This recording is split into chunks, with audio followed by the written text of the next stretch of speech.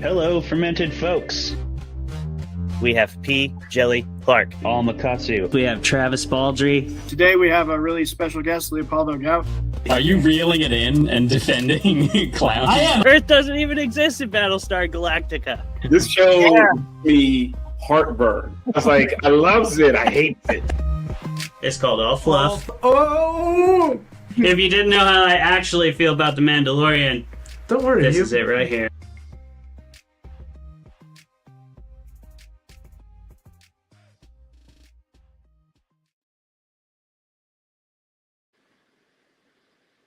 Hello, fermented folks, and welcome to another episode of Fermented Fiction, the show where we debate the best books, movies, and shows in the genre fiction realm while getting drunk together. Well, you know, most of the time. We might not be doing that so much because it is Saturday-ass morning right now, because we have a guest from across the pond over in France. We are joined today by Thomas Olde Heuvelt, returning to the show. Thank you so much for being here, Thomas. Thanks for having me. Hell yeah, man. We are stoked to have you. Just weirdly reading a book about France by a French author, but I was reading the section set in Rome, so Count of Monte Cristo. I was like, Yeah. They're not in France right now. It's all about Italy right now. Not about the good parts of France either. This is true. This is true. I live all the way in the south. My house looks out on the Mediterranean, and it's pretty. It's pretty. It's freezing in the north. Here it's still sunny. It's really nice. Nice. Yeah, I imagine you have so many different climate zones and stuff in France. There's just so much geography going on in that country. So, but yeah, you like where you're living? You like where you're living at? Yeah, I've been living here 2.5 years. Moved from the Netherlands, which is always gray and wet. This is a large improvement. Also, I get to say no to stuff a lot more now that I live further away from where family and the big. That is so nice. Oh yeah. The power of no is a great power indeed, especially when you don't have to feel that obligation. You know, you can just naturally lean into it. So Exactly. Yeah. I think you were just like kind of moving there last time you were on the show. So I'm glad to hear you've settled in. Yeah. And you're looking over the Mediterranean. That's kick-ass, man. You deserve it. So glad to hear it. Glad to hear it. Thank you so much. Yeah, we're half an hour out of the city of Nice. It's very convenient. Ooh. International airport, Italian border is an hour away. It's close to everything. It's very nice. Very nice. I mean, that's great. I mean, I love Nice. It's great. Oh yeah, it is. Yeah. I know nothing of Nice, but I'll take both of your words for it. I trust you both, and I hope I can go check it out one of these days, because I do know our ancestry on my grandmother's side is from southern France, that same region. Mm-hmm. Their last name is Lenore. So Lenore. Very here, definitely. Very France. And I think you'd definitely be able to tell if you met her too. She's kind of a French acting lady. In all the ways. So here we are. This is Fermented Fiction. Welcome everybody. We're excited to have Thomas back on the show, and today we're going to be debating The Good Place, which is now on Apple TV, and it was either won or nominated for 6 Emmys, so it was a very successful award. It definitely won some Emmys, was nominated for at least 6, and has been a very successful show. Ran for 4 seasons. Won some Hugo Awards as well. Hugo Awards? Yep. Okay, excellent. I didn't know it won a Hugo Award. Cool. Was it? Do you know what it won for? Was it for like best television show, or is that a couple of episodes? I think the episode with the with the trolley problem, that was nominated. Oh yeah. Hugo, and I think 2 or 3 more. I think it won 4. It did good in the fan community. Nice. Yeah. The trolley problem one, I was very pleasantly surprised with. I'm not debating today, so I don't have to say anything, or I don't have to hide what I thought. I thought, I wasn't sure what they would do with the trolley problem. I wasn't sure if that was going to be like, oh, we're doing like the most obvious philosophical thing or the most common one. So how much fun are we going to have with it? They had a lot of fun with it. It was a great episode. A lot of blood spattering. Lots of blood splattering, which was not in that show. Pretty much to that point, I don't think. So that was a lot of fun. But yeah, so let's get into this. We always start our show off with some personal updates. Thomas kind of gave a little bit of his, so we'll go around our hosts, and then we'll circle back to Thomas so he can tell everybody out there who he is, what he writes, and where you can find it. Travis, how you doing, buddy? I'm doing good. Just hanging out with my dogs, reading a book. I am coming up at the end of my certification program for ICLE for getting my alternative credit state licensure for classical education model specifically. So I have to write this week my 2.5-page philosophy of education, and I'm kind of excited about that. I have my quotes prepped. So nice. I actually really enjoy writing a philosophy of education. It's a good time. Dig into your process. It's a good forward thinking way to approach your education in the future, and it's a good exercise. It's like a little essay just for you. And I think it's important self-reflection too, if you're doing this for a living. So have fun with that. I'm sure you'll actually really enjoy that because you're a nerd for that kind 100%. Of thing. Oh yeah. I think the hard part will be keeping it to 2.5, 3 pages, where they were like, you can write 10, but you probably should. Come on. I was like, okay. Yeah, just be cool, man. I think they said 4 was the max that they would suggest. So that's going to be the hard part of not just wandering off and being like, this is what I believe. But yeah. It's every author knows that struggle when we have to write a synopsis or a summary of the book, right? And send it to a publisher. We're always like, this doesn't do it much justice, but this is kind of what it's about. I think this is what you want. I think this is how you would try to sell it. Here you go. I don't know. What do you think about that, Thomas? Do you have trouble with that part? I hate that part. I mean, who doesn't, right? And it's like what you say. It's just to sell something, whereas I'm like, just read the damn story, you know? Right. Exactly. Mm-hmm. And hopefully you're at the stage of your career at this point. You've earned most of the stripes you probably need, and if you haven't, you should have. People should know by now. Yeah, hopefully you've got there was an interview with Denzel Washington recently where one of the people was like, do you audition anymore? And he was like, no. And she was like, yeah, how long has that been? He's like, it's been 35 years. I haven't auditioned. Right. Why would he need to? It was kind of interesting because recently in basically almost every country where I am published, I moved publishing houses. In the US, I went Macmillan, Nightfire to Harper Books. Also in the Netherlands, in the UK, several other countries. So it kind of felt like auditioning again. But in almost all the places I moved up to a better house. So I'm really happy with where I am today. So I've recently been through that whole cycle again, and it's interesting. It felt like back in the old days where you are anxiously awaiting news from your agent and are they bidding and but it all ended up well. I mean, if at some point you got some sort of a track record, then it gets easier. Right, exactly. Well, I'm glad to hear that the process wasn't too excruciating for you and that it ultimately worked out. Again, you definitely deserve it. Excited to keep reading Darker Days.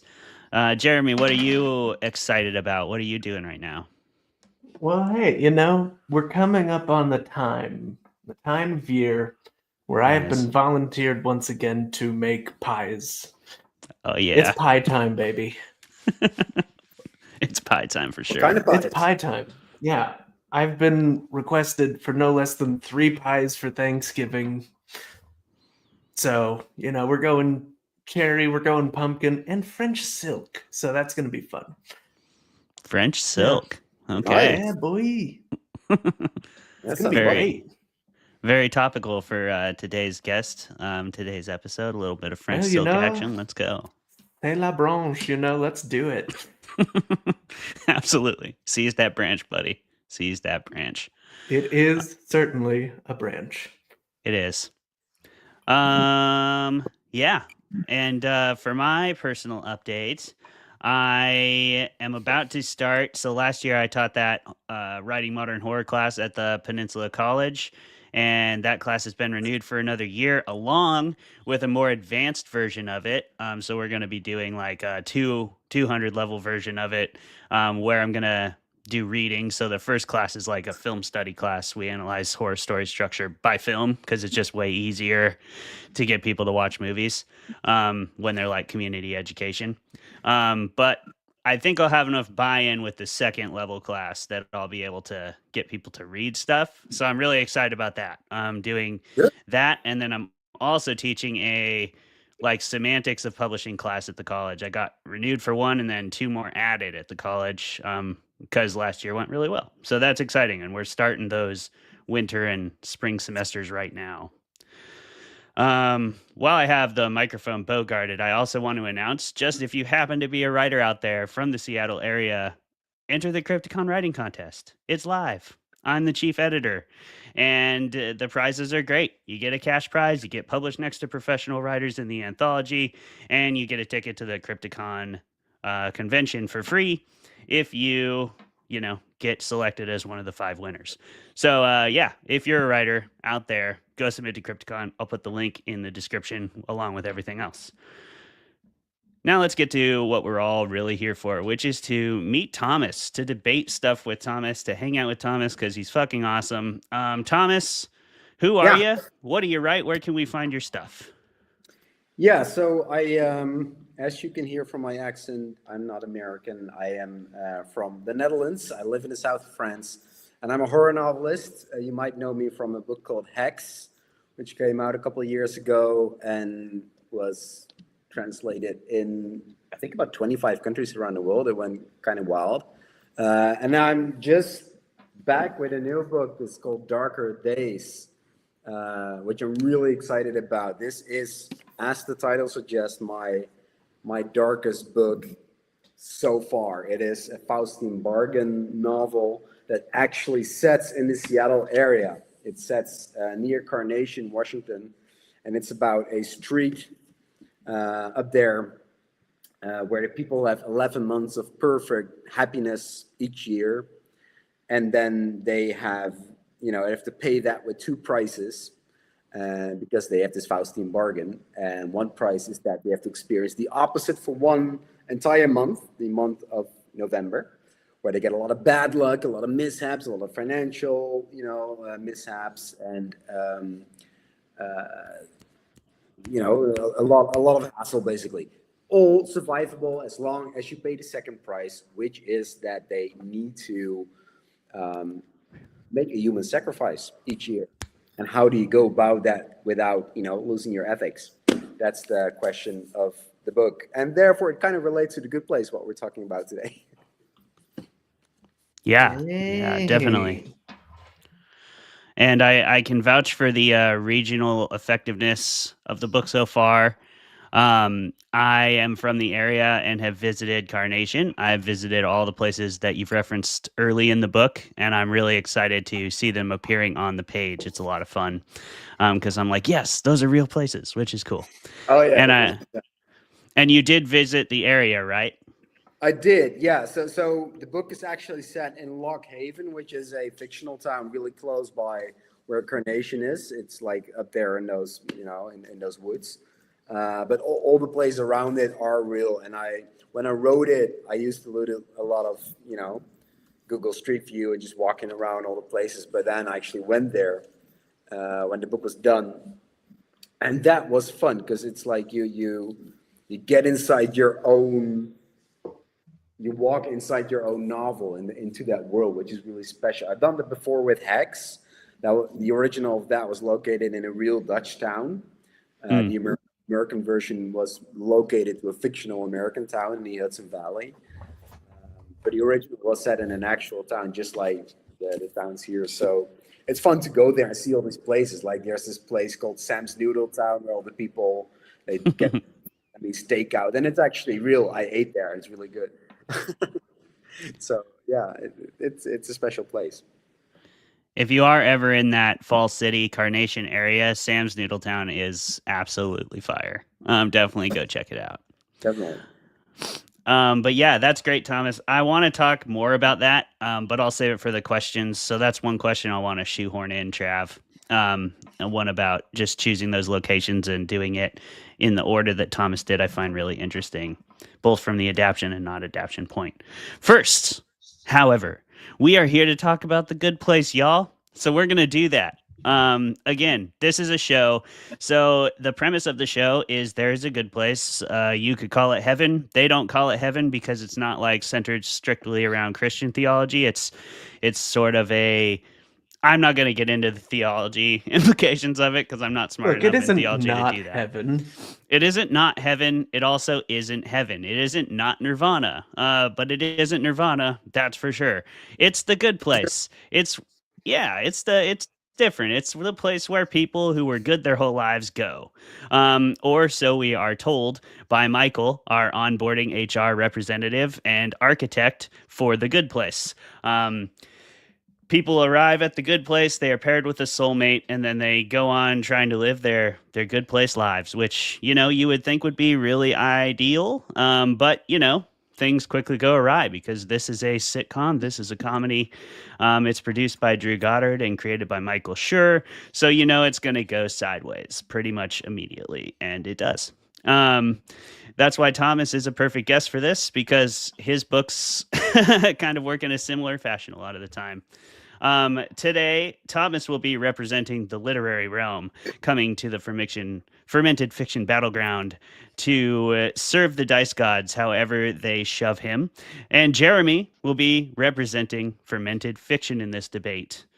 We will spoil everything. Let's fucking go. We will spoil everything, so if you want to watch The Good Place for yourself, go away and come back later. This will still be here. It will still be fun. Spoilers if you don't will care, be complete and immediate. Absolutely. They're going to happen right away. We might start in season 4. You never know where the debate's going to take us. So, Thomas, do you have a dice or do you need me to roll for you? Yeah, please roll for me. All right, Done. Let's do this. Ooh, that's a... What'd you get, Jeremy? That's a hot 6 right there. Okay. Well, Just that will not be the piping 9. Oh, I rolled. all right. Oh, God. Both low rolls, but Thomas, you came out on top, which means, Thomas, you're going to be arguing for the good place, and Jeremy is forced into the corner of arguing against the good place. I have your 10-minute timer, gentlemen. Are you prepared to debate? Oh, we're so ready. Okay.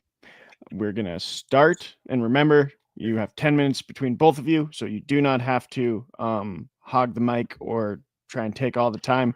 Just try and be polite to each other, but also very harsh in your debate. So we're 10-minute timer going. We're going to start with you, Thomas, on the defense side in 3, 2, 1, debate. The Good Place is seriously one of my favorite shows. I watched the entirety of it, all 4 seasons, probably 3 or 4 times, maybe 4 or 5 times, if I'm honest. It's one of those shows that I have on nowadays because I know it so well while I'm cooking, while I'm doing other stuff. I know all the lines and I can say them along, and it's that good. It's that good. What I love about The Good Place, that it's genuinely warm-natured. It's good-natured. It's the cast is fantastic. They're lovely characters. They're lovely people. The actors playing them, they have on-screen friendships that you feel in your own room when you're watching it. And the premise of it is just so good. It's fun. It's surprising. It really makes you laugh out loud, and it makes you teach something. It's about generally being a good person. So what's not to like?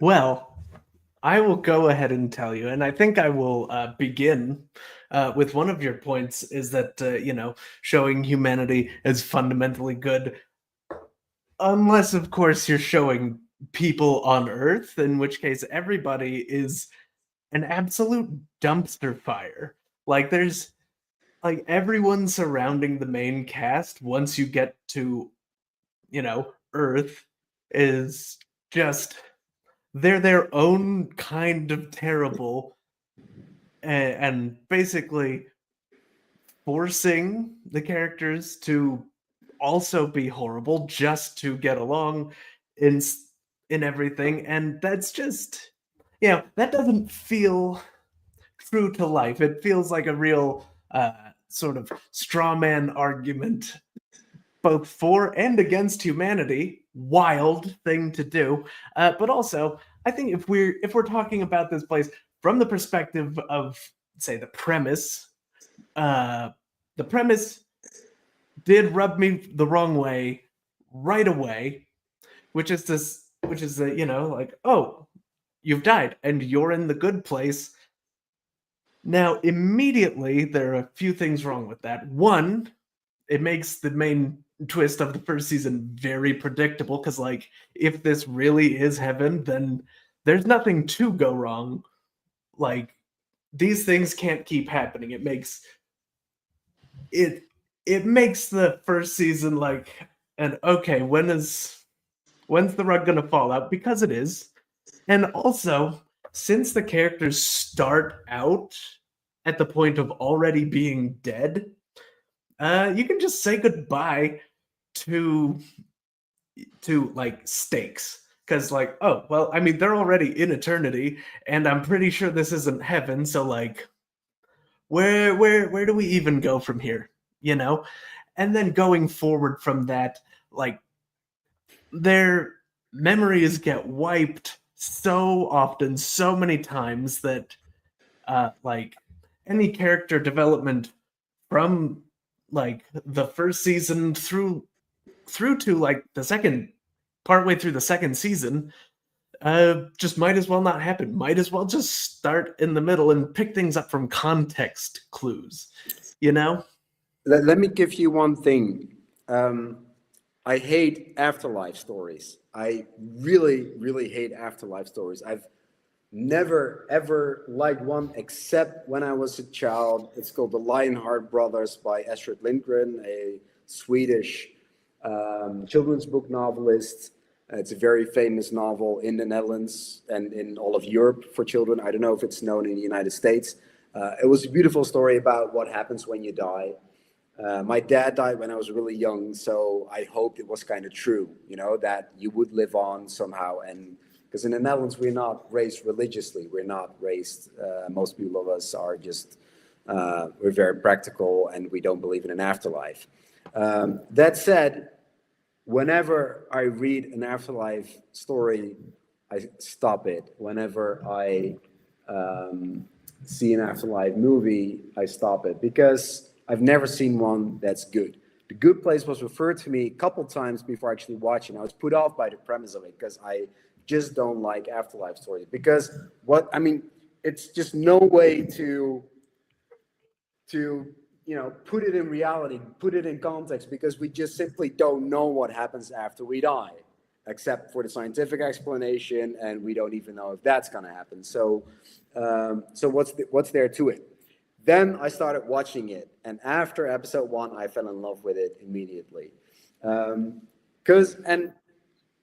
I come back to the reason why I fell in love with it, but I wanted to say something that you mentioned there about all these people on Earth being, bad in a sense, and everyone behaving in this ridiculous way. Isn't it kind of true, though, that we all are forced by our society that we live in to make impossible ethical choices all the time? That's the point I believe that the show is making. Like buying a tomato is you have 1,000 choices to make. Buy the right one, you still make wrong choices because the way it was transported, or by what kind of eco-friendly stuff was used to keep the bugs away, or by, there's all sorts of ethical consequences that you don't foresee. Or what about the storekeeper, or what about, all these other unforeseen consequences, which still give you, minus points, which get you to the bad place in the show. I think that's kind of the point that the show is making, and I thought it was really interesting because I think that's kind of true. Well, here's the problem with that. The show does set that up as being like the main flaw of the whole afterlife system and the calculation of the points. Essentially, inventing purgatory while you have four Jesuses going around there fixing the afterlife. But the issue with that comes earlier, I believe, in the I think it was in the second season, where they say like, oh, intention for your actions matters. So if you have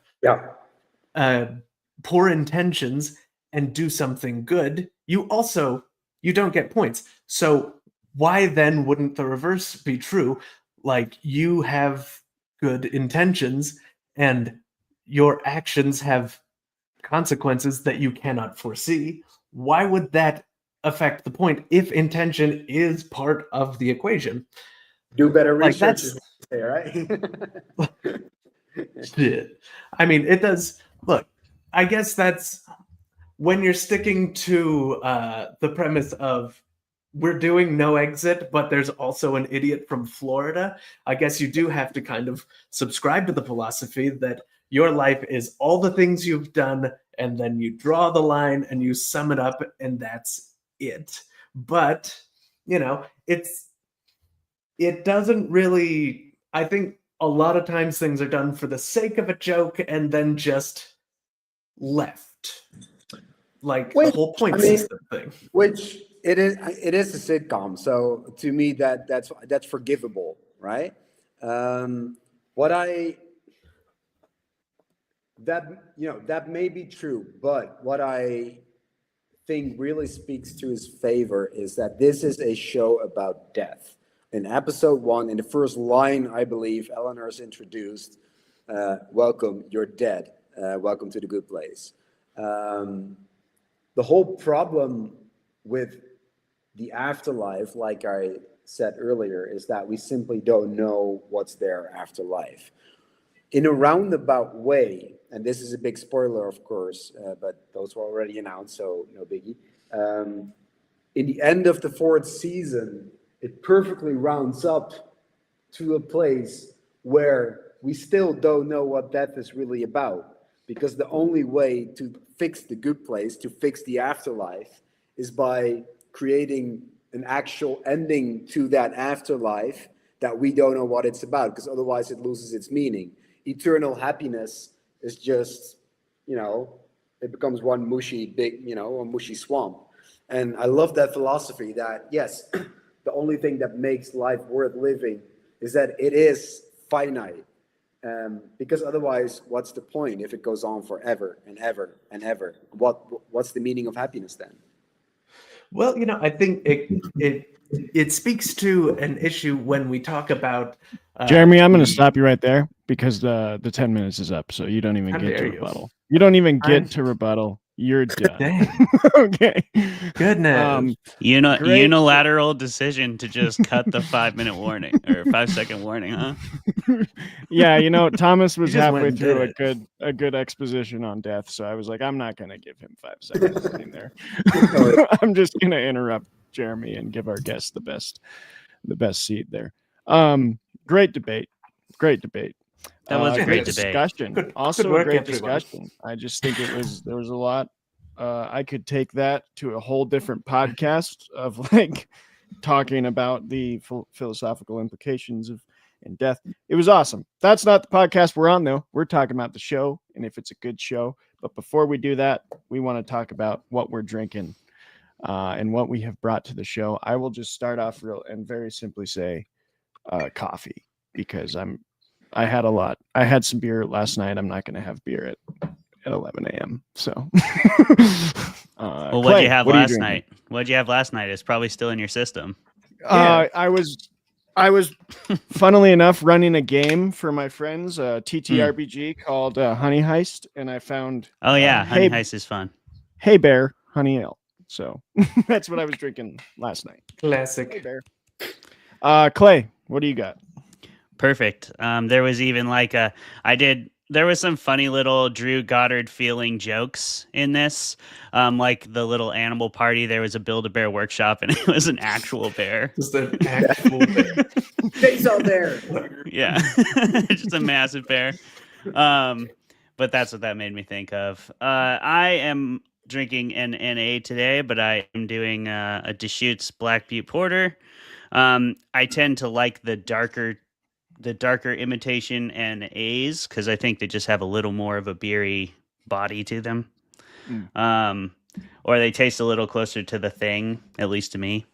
So yeah, and I love Deschutes. They're from Oregon. They're a great local brewery. They do lots of beers that are pretty popular out here. So you might have had one, Thomas. I don't know if you drink beer, but if you were drinking beer in Fall City. No beer for you, did you say? Oh, I don't drink a lot of beer, no. That's fair. That's okay. Jeremy, That's healthier. What are you drinking? No. I also just noticed you changed your name to reference the show and then had to debate against it. So that's hilarious. It's it's what I'm here for. I'm rewarding the fans that pay attention. And at the same time, now I haven't had to say this in a while, but Travis, you're gonna have to calm down. I'm right. It's time. It's 11 on a Saturday. I woke up this morning, did not have to take my dogs out, and did not have to go teach middle schoolers. So this is my perfect mood right here. That somehow makes this feel worse to do. Oh, great. But anyway, so what I have here today, because I'm perfectly fine having a drink at what is close enough to noon that I'm like, hey, this is almost lunch, right? So It's almost 8 friends of the show have have friends, seen. so you're good. Exactly. Friends of the show have seen this Old Forester 1920 several times at this point, but what they Great haven't bottle. seen, it's so good. It's fantastic. Hey, what they haven't seen though is me pour this Dr. Pepper into it. Oh wow. Because nothing says this is secretly torture for somebody like me doing that in front of Travis. That's not the worst you've done. Like you really can't for me top the like pink Red Bull. I can't. That one was bad. The Japanese whiskey. Yeah, it was pink Red Bull and Japanese whiskey. That's the bench right now. That's like the mark. So I'm fine. Okay. Tom? Look, I'm going to go ahead right here. This is better than the Japanese whiskey. All right. There you go. That's debatable. That's debatable. Thomas, what are you drinking? What did you bring to the show today? And I also see Colin on ginger tea. I just came back from a 4-week book tour in the UK, Ireland, Germany, Spain, and the Netherlands. And I basically had 4 weeks of nonstop talking and speaking, and I'm getting my voice back up. So I'm sipping ginger tea every day now. Good call. Good call. Trying to be a good boy. Colin, thanks for coming on the show to talk more, man. Yeah, thank you. Can you hear me all right? Yeah, at 10:40 a.m. for you. What do you have? Yeah, same thing. I almost did vodka and Capri Sun in honor of Eleanor Shellstrop. Nice. The better option would have been, of course, a like margarita straight from the freezer. Yes. Yeah. But instead, I'm going for a Brew Doctor kombucha, my alternative fermented beverage, which underneath the cap, I got a good vibes sloth. All right, look at that. I love it. Fantastic. Now, I want to say we're doing fermented facts, but IMDb kind of let us down this time, guys. So if anyone has some facts that they know off the cuff, please pitch in with them, because a lot of the IMDb facts page are just like things that are in the show. Like, let me give you an example here. Where was it? Here it is.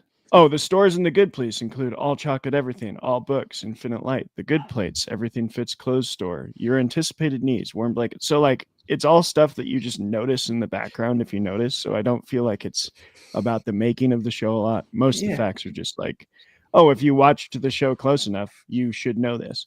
But I did find a couple that I really enjoyed.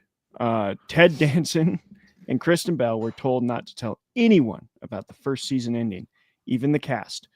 And everyone held to that except Ted Danson accidentally let slip to John Krasinski when he was talking about how it was fun doing his show with Michael Schur.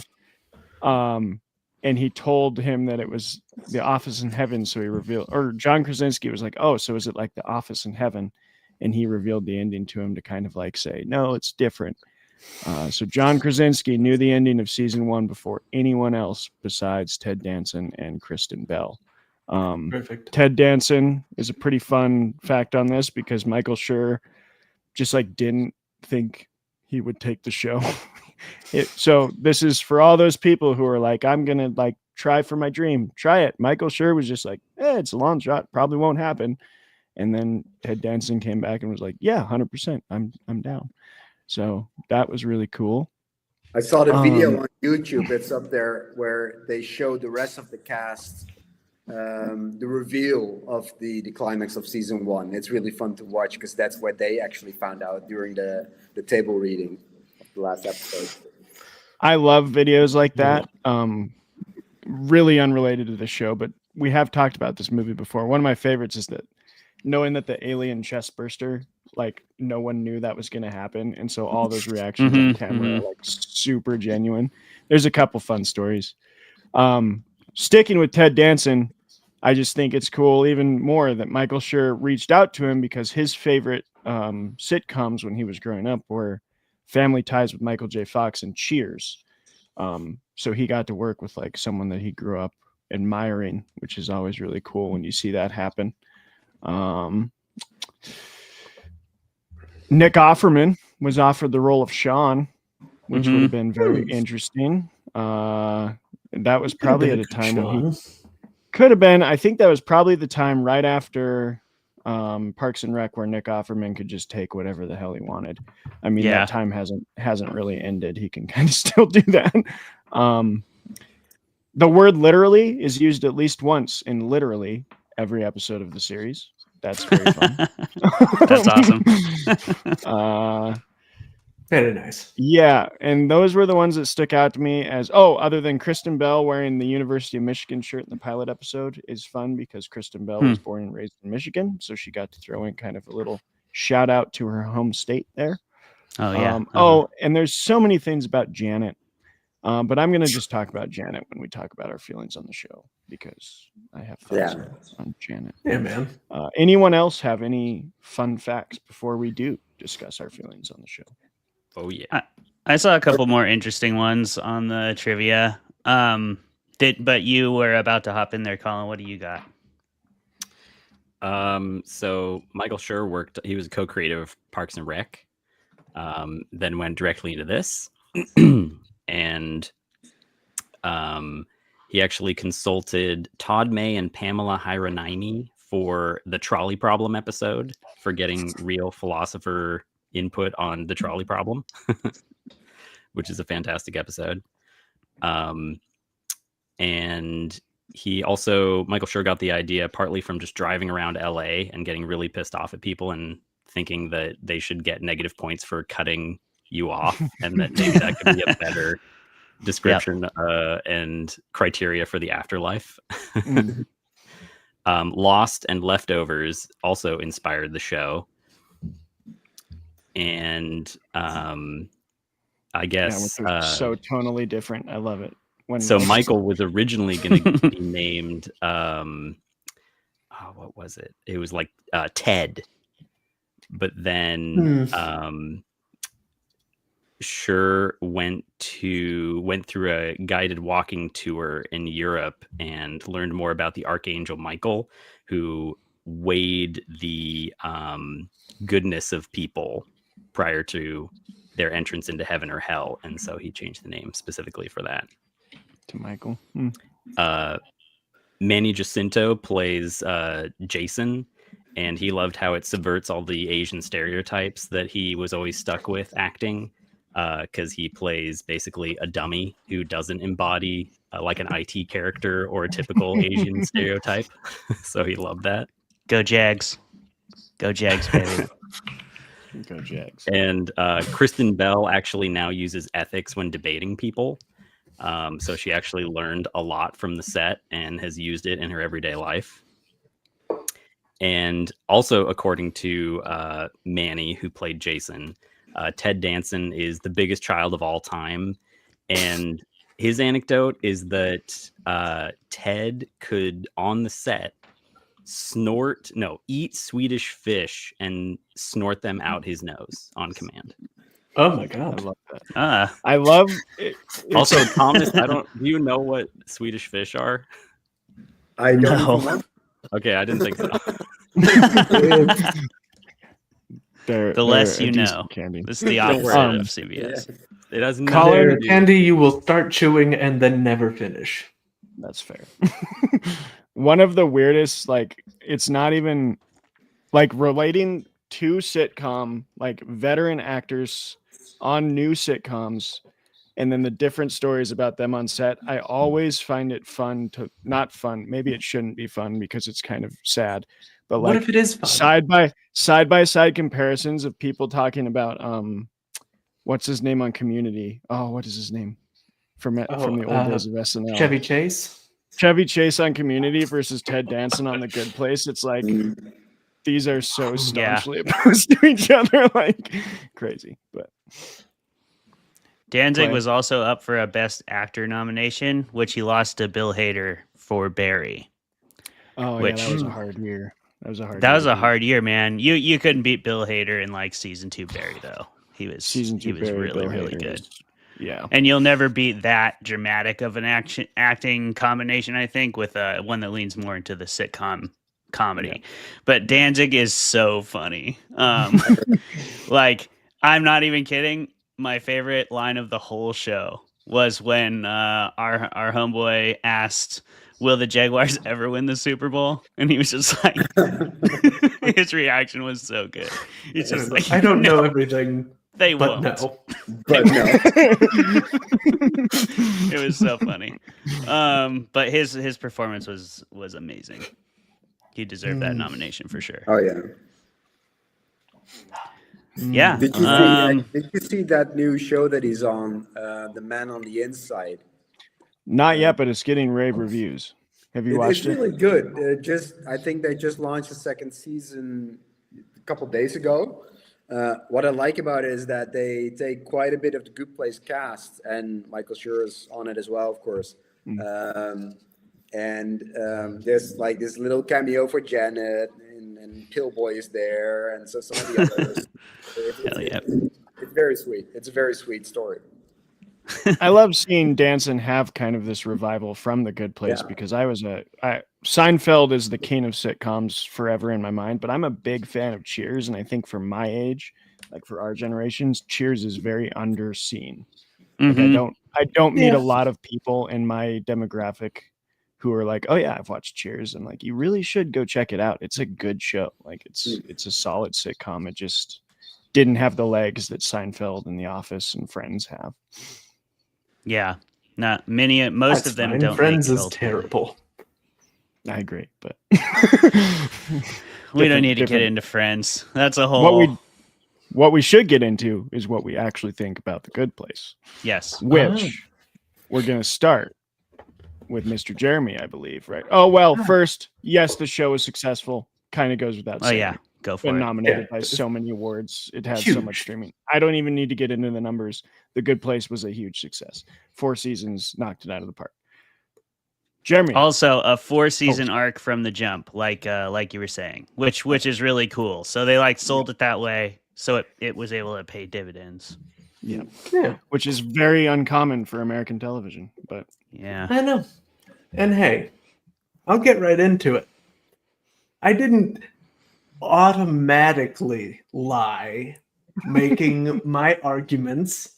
I did, however, fully avoid the truth while saying things that were not technically incorrect. Now, what would I say about The Good Place? Well, it's absolutely flawless. Like, it's got great comedy. Case in point, who died and left Aristotle in charge? Plato. Heaven is racist. Great. Jeremy Baramy. Come on, guys. And of course, the time knife. And now, because of watching the show, I can't not use shoot one out as slang for using the restroom. It's just and it's actually educational. Like, it takes you through Aristotle and Kant and moral relativism and the trolley problem, classic thing, while actually at the end of season 2 presenting you with the actual answer to the trolley problem, which is fuck this trolley. And that's great. And on top of that, you've got great chemistry and characters. I talked about No Exit, from which this show takes a tremendous amount of inspiration for the first season.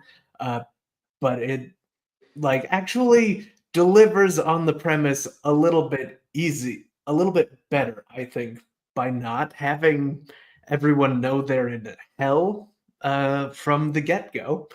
And especially, it still does kind of feel surprising as a twist that Chidi and Tahani are both not in the good place, because you feel like they do deserve that, but like the way the point system is built, it makes total sense that they wouldn't be. It's the kind of twist that I'm like, okay, this is the twist that you don't see coming because you don't see a comedy kind of leaning into that direction, but it's also a twist that feels inevitable because, as I said in my argument, you can't really have like sitcom shenanigans happen in actual heaven, because most of the time they're devastating and a nightmare to live through. And I love it. Chidi Anagonye is basically what would happen if me and my wife combined and were black for some reason. He's got her worries and my unrelenting nerdiness, and it's like, by our powers combined. Now, wait, that seems, I don't feel okay about this. Yeah. So Thomas, that's how I feel. what do you really think, Thomas? You seem like you were pretty genuine in your debates. But I would also like to know, had you had to roll against this, what would you have said? I would have had a really hard time because honestly, it's my favorite show of recent years. It's good on so many levels, and what I love most about it is that it is made with such love by the makers, by the actors, by the whole team. Yes, it's a show about death that got ridiculously successful. They could have gone on and on and on, but they, stopped when the story was done, and that's a brave thing to do, I believe. I didn't know that it was pitched as 4 seasons. Good on them that they didn't, got blindsided by their own success and tried to extend it, because there was no need for it. The story was over, and they quit when it was, the perfect time. The ending, though, I think we should talk more about that, because the ending of that show is just so beautifully done. It's a double episode where finally they've solved the problem about the real good place, which is that what I argued earlier about, like, eternal happiness is not happiness. It becomes a blur. There's no point to it. So they actually make a doorway where you go through and you don't know what happens after that. You dissolve into, into the meaning of it all, basically, and you deserve into this little light is shown in the final montage. That is that little voice in your ear that keeps reminding you that you should do the right thing, and that tries to block you from doing the bad thing.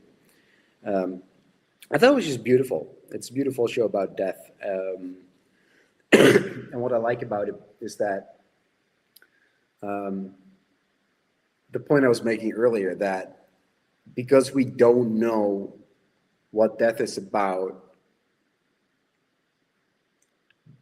afterlife stories are really tricky to do well. And this ended in the perfect note, that it still concludes that, we don't know what happens when you die. And there's that scene where Chidi and Eleanor are in their afterlife home, in their good place home, their actual good place home, watching the ocean in the distance, and the waves are rolling in. And Chidi gives his lecture about actual death, that, to learn about death, you got to turn to the East. The Buddhists, they knew about death, how you were basically a wave. And when the wave, strands on the beach, it draws back to the sea. You go back to the mass of it all, to the ocean. And we don't know what happens there. And that's a beautiful conclusion. I was really touched by it. Which is weird to say, for a sitcom. Yeah. And it starts off much more sitcom-y and starts to get more depth to it, even in season 2. Because to be honest, I'll just jump right into my feelings about it. The first season was not doing it for me very well. I think it was more sitcom-y than I expected. And the show had been, to me, kind of talked up a bunch. So I expected it to be, I don't know what I expected, but not what I got necessarily. The first season felt really sitcom-y to me, more than I expected. And then once we got into season 2 and they made the turn, and you kind of realize, oh, this show is definitely going to ask a lot of questions. It's going to have fun with it. So it's going to remain a goofy-ass sitcom. But it gets a lot less cheesy in season 2 and starts getting a lot funnier, at least in my opinion. I think the performances came out a lot better. And now I'm definitely going to finish the show. I'm really, really enjoying the ride now. So that's kind of where I'm at. I mean, I'm just finished season 2, so I have to continue into 3 and 4. But I really felt like season 2, the show came alive. And once it does, it's really funny. The trolley problem episode is in season 2. And it's really is where the show before that kind of starts to take a darker turn. So like at the finale of season 1, you realize, oh, this is not the good place. This is the bad place. And then in season 2, we have a total flip. We get to see more of the behind the curtains. We get to see how many of the people in the world are actually like demons, basically. And it changes the entire dynamic. It kind of gives us a new set of characters, but without doing that thing where you just randomly introduce them. It's like there are people that were already there. So that's like another thing you can really accomplish when you write a whole story and you keep the show within the bounds of the story that you've already created. And you're not like randomly expanding on things that got popular or whatever, or continuing the series beyond its real conclusion. So I feel like I'm already getting that sense of a really strong cohesion in the show, and I always appreciate that. Colin? Go ahead, Before Jeremy. Colin jumps in, I do also want to mention, because it is important, because I think I do ultimately agree somewhat with Clay's assessment of the first season, because it's very episodic, and you're like, yeah, okay, and for me at least, it was like, yeah, this is fun, and there's ethics stuff, but there is this wonder in the back of my mind, which I was very honest about in the debate of like, okay, how would this even happen if like in heaven? That doesn't make sense. And then you have what could have been like a boring no shit kind of moment when they figure out that this is the good place, but instead you get the sort of iconic moment of Michael doing just this sinister laugh and telling Eleanor that she sucks and everything, and it's so good. And then for season 2 to watch that happen over and over and over and over again, just to hammer home like, no, we're not going to just do season 1 but again, because yeah, how would you, why would you, no one would want to even look at that. And then of course Jason even figures out they're in the bad place one time, and Jason figured it out. And when that happens, Dan's that face really is so hurts. great. He's just like, oh, I can't take this. This one anymore." hurts. It's bad. Yeah, and it's but yeah, but I don't know, Colin, what's your deal, man? I mean, it can just be summed up in this quote from Michael. In the words of one of my actual friends, "You basic." It's a human am I the insult. basic It's one? devastating. You're devastated right now. Oh god, that's so good.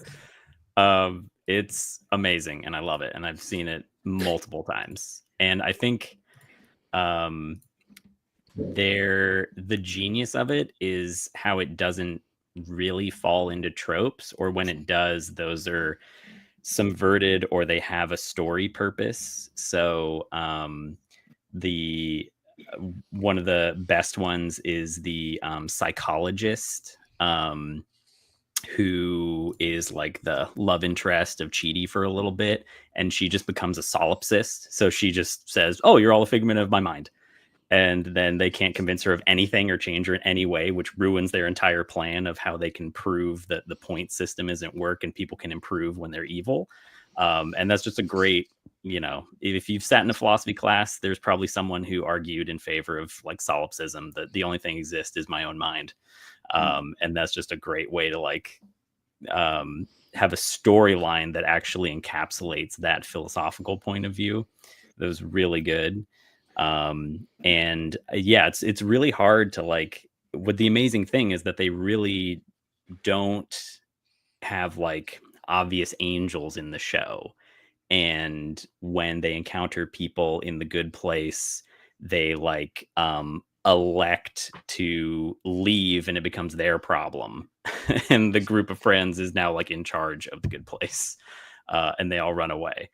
And so they, there's not like angels, and like they call people angels and demons a little bit, but there's like nothing reminiscent of like a Christian really sense to all of those things. There is a little bit. It's largely more Christian than Buddhist, you could say. But then like there's no God obviously involved. And there might be ways of interpreting like Janet as that, but it just like doesn't, I think they tried really hard to not fall into tropes of the afterlife or go too hard into like moral dilemmas that are really political. I think they ride the line basically perfectly entire the time. And also shout out to my guy that just loves frogs. I'm all about that guy. The doorman, yeah, he's wonderful. The doorman who's so good. Genius. We all love frogs. Definitely think we don't like to do sweeping statements on fermented fiction, but I feel good about saying that we all love frogs. Yeah. And hey, the frogs, last thing I want to say is right. that when I first watched the show, I remember noticing all the froyo places. And the thing is that like if you grew up when I did in the 2000s, like it would not be weird to imagine that heaven is a place with a shitload of froyos. That if you brought that up with kids at that time and adults, they'd be like, "Oh, awesome, hell yeah." And then it's obviously hell, and it's so clearly the case. And then we see all the new versions of different store chains that are awful. Whatever, man. I'm about to hit up TCBY right now. Yeah. What do you mean there aren't any of those anymore? They're still froyos, but it was a fad, Jeremy. It was a fad. Well, yeah, obviously. If you had ice cream, it's wonderful. Travis, what did you think? I have a lot of thoughts about the show. I'm gonna save most of them. Like, Thank goodness. any of my thanks, Jeremy. Any of my sort of criticism against it are kind of like personal representations that just disagree with my own personal philosophy. So I really love the show because I mean I can set that all aside. Like, yeah, I don't agree with what the writers are presenting as like the afterlife, but that's fine because I think what it does really well is be a clever, deep, and well thought out sitcom, and that's what it needed to be. And I think the big thing that hammers it home for me is like the best sitcoms that have legs. I talked about Seinfeld, I talked about Friends, I talked about The Office, are ones where we walk away with a character we've never seen before in some way that we can like hold in our hearts for forever. And I think this does that 4 times. Like Chidi, Janet, Michael, and Eleanor are all like, and yeah, you could probably, some people would probably be like, what about Tahani and Jason? For me, those weren't like Jason, maybe. Tahani didn't really stick in my mind as much when I was done watching it, but like those 4, Eleanor, Chidi, Michael, and especially Janet, I'm like, those are sitcom characters that will forever live in like the memory of culture. Like Janet, especially. Janet is such a good sitcom character. Janet's great. Even if I forget everything about this show, I will every once in a while remember like, oh, Janet. Again, like some of her lines of like, oh, I'm not a robot. Or like Janet, constantly indeed. reminding people that. Like Not I a think girl. that's the thing, not a girl. Yeah. That's the thing that I think this show does really well is like it's deep, it's clever, but it also does what you need to do to succeed as a sitcom. Which The Office did, which Seinfeld did, and which Friends did, which I don't even like Friends, but like no one will ever forget Joey, and no one will ever forget, wow, I just forgot their names, but You forgot them. Ross, Rachel, Someone will. Chandler. Ross, Rachel, Chandler, like all of those personalities are so distinctive. And like if someone came up to me and was like, who's Chandler Bing? I could give you a description of like It's that, like a that character. dickhead. Yeah. Sure. Whereas Seinfeld is like the same, and The Office just changed sitcoms forever in the 21st century. But yeah, so that's what I'd say. It has its place on the shelf of like the memory of sitcoms because it does the things that make sitcoms succeed. It's unique. It has amazing characters, and it has a story to tell that's deeper than just the face value. So my only disagreements with The Good Place are that I probably don't agree with the philosophy of the people that wrote it, but that's fine. It doesn't matter. Sure. Yeah. And I do still think they do a good job of presenting lots of different views too. Because they basically do a view, like some philosophical quandary per episode. But you're right. Ultimately, the hand of the show is going to be seen on that part of it. Speaking of the hand of the show, I'm going to hand the show right now and send us to a 5-minute break. So Thomas, just click off your camera. We will all do the same, and our break video will play. See you guys back here in about 5 minutes. Thanks for being here today. All right.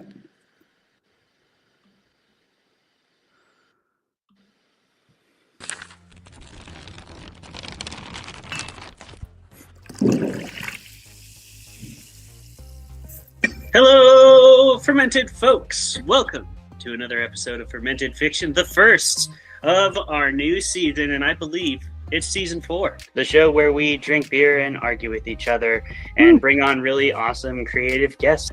If you'll permit me to go a little bit outside the box. Once upon a time, apparently, people used to sniff mummy remains, powdered mummy remains like cocaine. So I think 3 lines of powdered mummy remains, if you can get to that as well. Yeah, that'll get you right to really enjoy the movie, you know. Dave told us all about making a mead, and I talk shit about Tom Bombadil, as I am wont to do whenever people bring up Lord of the Rings. You would. You should. And then that's Everybody exactly what he freaking made. chill about Tom Bombadil, or I'll get unreasonably upset. So, in your assessment, what did you think of the everyone kind of paired off, or at least a number of people did, romantically? How'd you feel about that? Did that seem really forced and dumb to you, or? Tom Bombadil is a merry old fellow with his bright blue jacket and his boots are yellow. Right? His boots are yellow. Right. Imagine discovering mummy remains and oh my god, these ancient figures. Dude, what if we crushed this and snorted it, yo? I bet we'd get fucked up. Let's talk for a moment about the fucking all-star cast in this movie. We have Ewan McGregor slaughtering it the entire time, main character energy, top to bottom. You can't argue with it. Women want him, men want him, everybody wants Ewan McGregor. Okay? If you don't agree with that, you're lying to yourself. Apparently she had a backstory, but they cut it because she's very hard-nosed at the beginning. And then I will say another pro of this movie is their chemistry is hot. And I feel like if they didn't have that chemistry, I would have been ugh. Because she says at one point, she's oh, it's the apocalypse. What are we going to do? Fuck. And he's and then later when they are kissing, if they didn't have chemistry and if it was two lesser actors, I think it would have been an eye roll, felt cheesy, but you feel their bond. The Langoliers themselves were originally going to be portrayed by puppets. And I think maybe they should have. Maybe they should have. Dude, that's amazing. There's no maybe about that. And I wish that I could say that there was something greater happening here than the war diary of a broken man living as sort of this White Tower academic with all of his friends sitting inside the Eagle and Child drinking beer and pretending Magic Lion Jesus isn't really silly. Because, it is. If we can just all be very honest with each other. The Lord's work out there. Good job. I like to think that I am. Most people aren't big enough, but I am. I'm willing to step up. You know? Yeah. Dedicate that time. Settle You're willing to dedicate that time. The time, the money, all of it. That was so painful. It's one of those painful things. Oh, that I've was done in so my life. That was so good. We've never been so savagely attacked by any author on their show. It's incredible.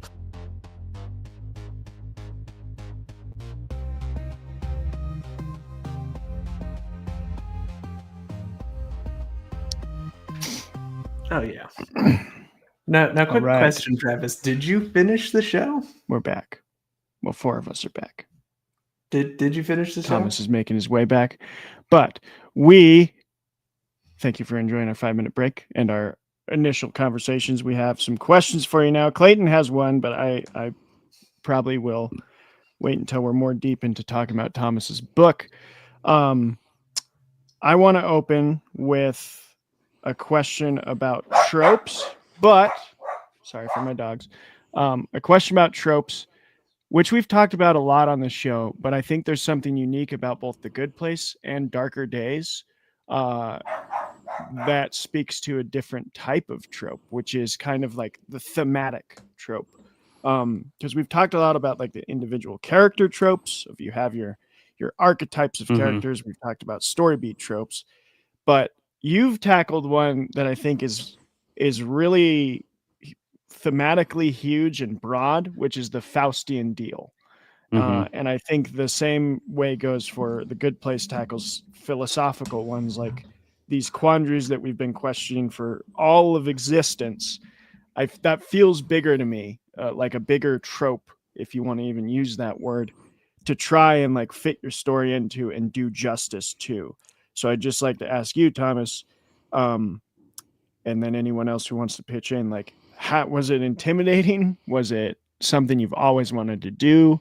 How did you approach just going into this big umbrella of stories about a Faustian deal that is baked into our societal memory? So I usually approach my way of storytelling by taking an archetype from the horror genre and twisting it around in a way you've never seen before. I did that in Hex, witch trope. I did an Echo, but the possession story trope. The witch story I turn around in a way that, people are not actually scared of the witch that haunts them. They're annoyed by it, and they're just having to deal with her as an everyday part of her life. And they're actually the bad ones, not the witch. The possession story in Echo, I changed that in a way that, possession was not by a demon or a devil or a god, like it's always the case in these kind of stories, but by a force of nature. And in this case, I wanted to tackle the Faustian bargain story because we are all in some sort of Faustian bargain, which is kind of the point that The Good Place makes, right? It's really hard to make ethical choices in life. We all want to do good. I genuinely believe that people are good-natured, at least most people. And we want to make good choices. But we also want to enjoy our lives. We want to, fly on vacation. We know it wrecks the planet, but we still fly. We want to, when it's really hot out there, we want to put the air conditioning on. And even when the last polar bears are clinging on to the last patches of ice in the North Pole, we want to have cheap clothes. We want to have cheap food, whereas someone somewhere is paying a price.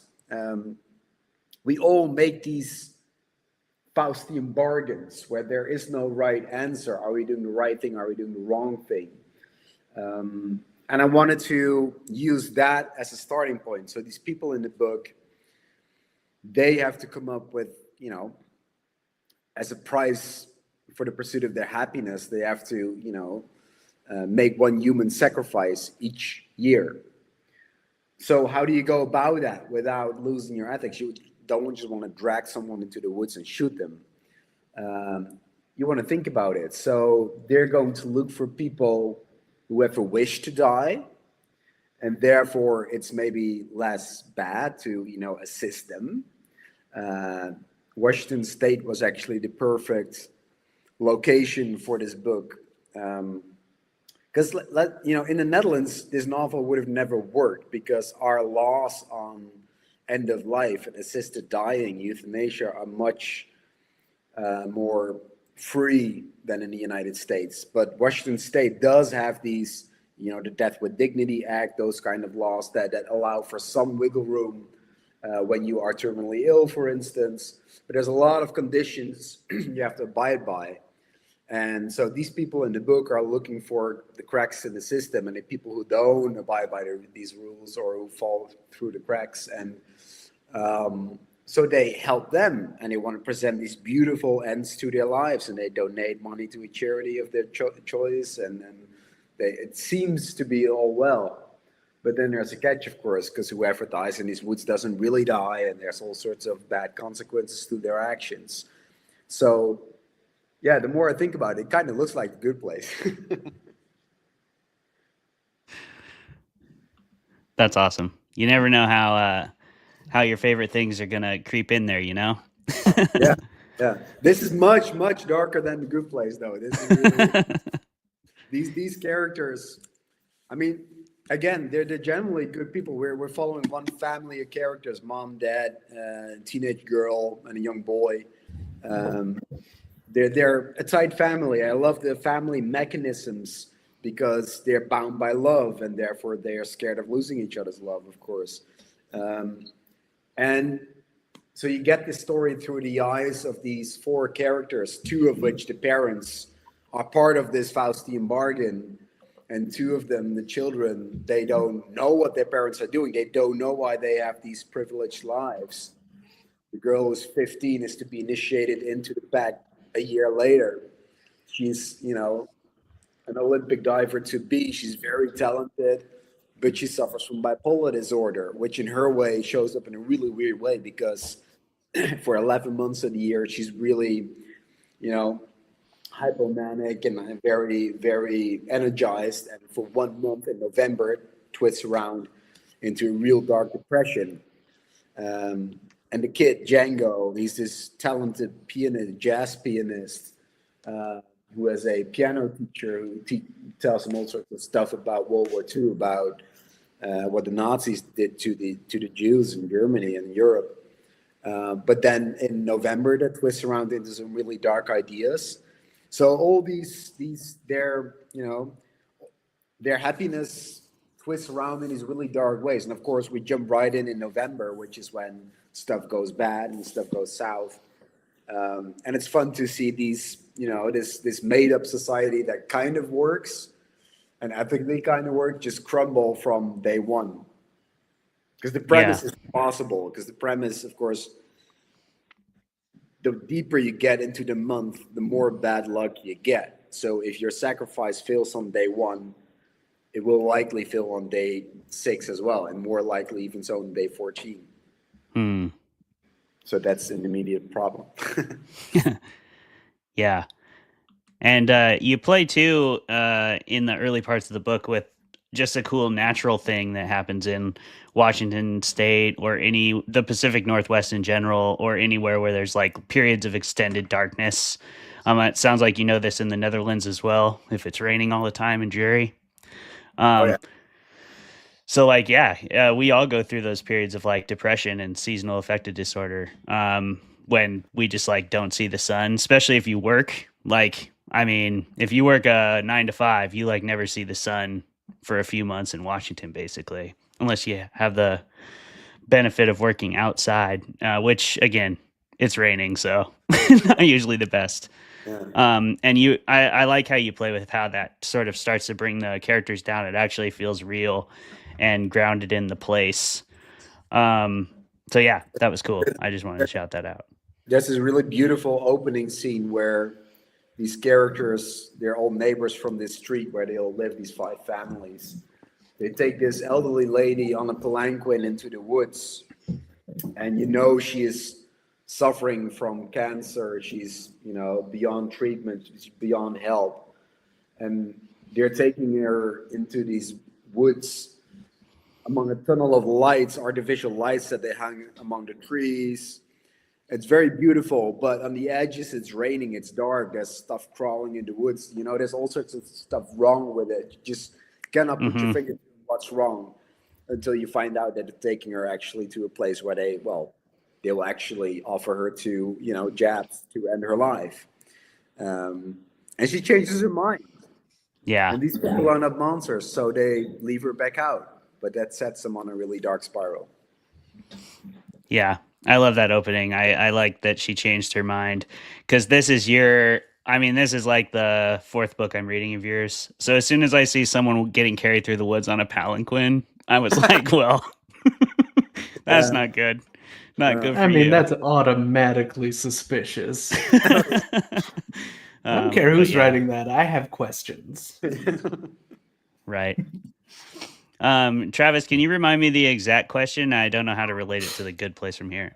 Just like larger thematic tropes, or I don't even like the word trope for this, but like larger thematic kind of broad umbrella topics that are societally like very common. How do you tackle those as opposed to like trope characters or trope? Because I do think Faustian Deal is bigger than, say, The Witch. Not that they're not in a story way, but like The Witch is a very narrowed in like trope of a character, whereas Faustian Deal is like Yeah, and a Faustian Deal is sort of both. I mean, it's kind of become a horror trope. It's also often on the same cusp as a possession story in a lot of ways. But I think like speaking of The Good Place, I don't really think this is a story about what happens when you die, at least not in the early seasons. It probably gets more into that as its conclusion. But I think in the early show, it's way more about what does it mean to be a good person, I would say, is like what it's really exploring as the theme. So like that's in the way the Faustian Deal, I would say that's what it is for The Good Place. It takes place in the afterlife, but it's not pondering that topic nearly as much as it's pondering like who deserves to be where, does deserving exist in that fashion? Like and how do you define that? Like you said, all the micro, like ethical dilemmas that you incur on a daily basis, just as like living your own life, the way you live it, that's inevitable. So it's cool to explore because I love that's something that Chidi, when he's like realized it's the bad place, his first reaction is like almond milk. Damn it, I knew it. Always the almond milk, man. Yeah. And that's like funny on a couple levels to me. It's funny because it's like a good line because it's like a easy joke, but it's deeper than that. Because they have the character fleshed out enough that you understand.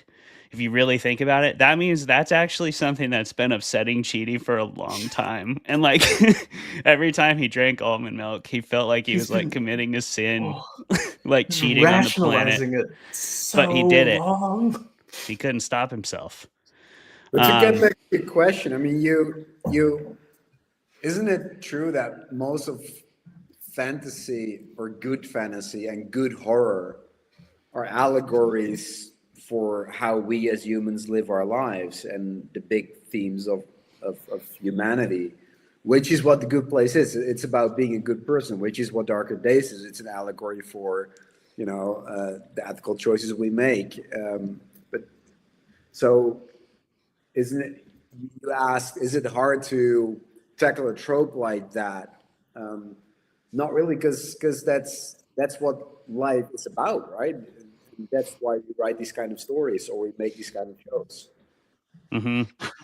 Yeah. And like you said, this show is imbued with like good vibes and love. Like you could tell it was created from a good meaning place. And so it's kind of the other side of the coin of Darker Days, right? Because you definitely tackle it from the darker side, the darker viewpoint, the more cynical look at humanity. I think this looks at humanity in a very optimistic light. Yeah. Even whatever it says the characters did that was bad, even that's presented with the same gravity and comedy as the good choices they make. So it just feels like humanizing. We live in this world, we accept the level of absurdity, and from there it's a pretty genuine down-to-earth show, really. Yeah. Mm-hmm.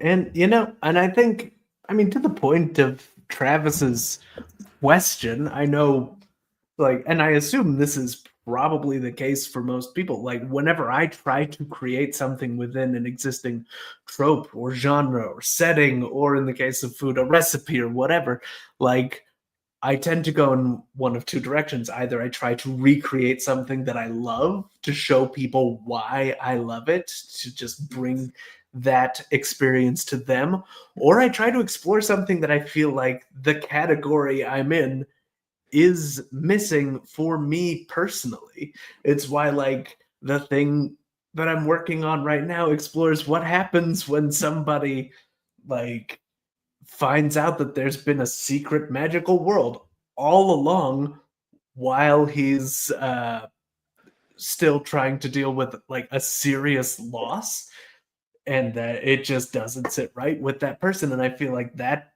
doesn't, like, if you look at Harry Potter, why would you? But also, it's like this abused child just accepts that there's been magic all along and everything's better than his life has been up to this point. Why would he even do that? And so for me, scratching a particular itch, but also as it pertains to this show, like, when you watch it, yes, there are a lot of, like, tropes and things that this show will lean into or sort of lean away from or explore new aspects of. But then if you take the series as a whole, I find it tremendously interesting that the show basically takes 4 seasons to create the actual Christian afterlife system. Like, I mentioned 4 Jesuses before, and that is something that I actually meant because, our 4 main characters all die and go to hell, which they ultimately don't deserve to be in. They come back to life and ascend to heaven and end up reforming the afterlife to create a purgatory and a path to heaven for everyone. Like, if that's not, that has to be on purpose, right? Steering directly into just exactly Christianity a bit. But I don't know. This is just one of those things. Colin, do you have something to say? And then kick it back to Travis. I know he'll have things to say about but then to reply to Jeremy, Michael points to the wall and he's like, "Oh, Jeremy Baramy got it right. He got really high on mushrooms one night." Doug and he Forsett, thank you. Oh, Forsett, that's what it was. Doug Forsett. He's just a hermit living in the woods.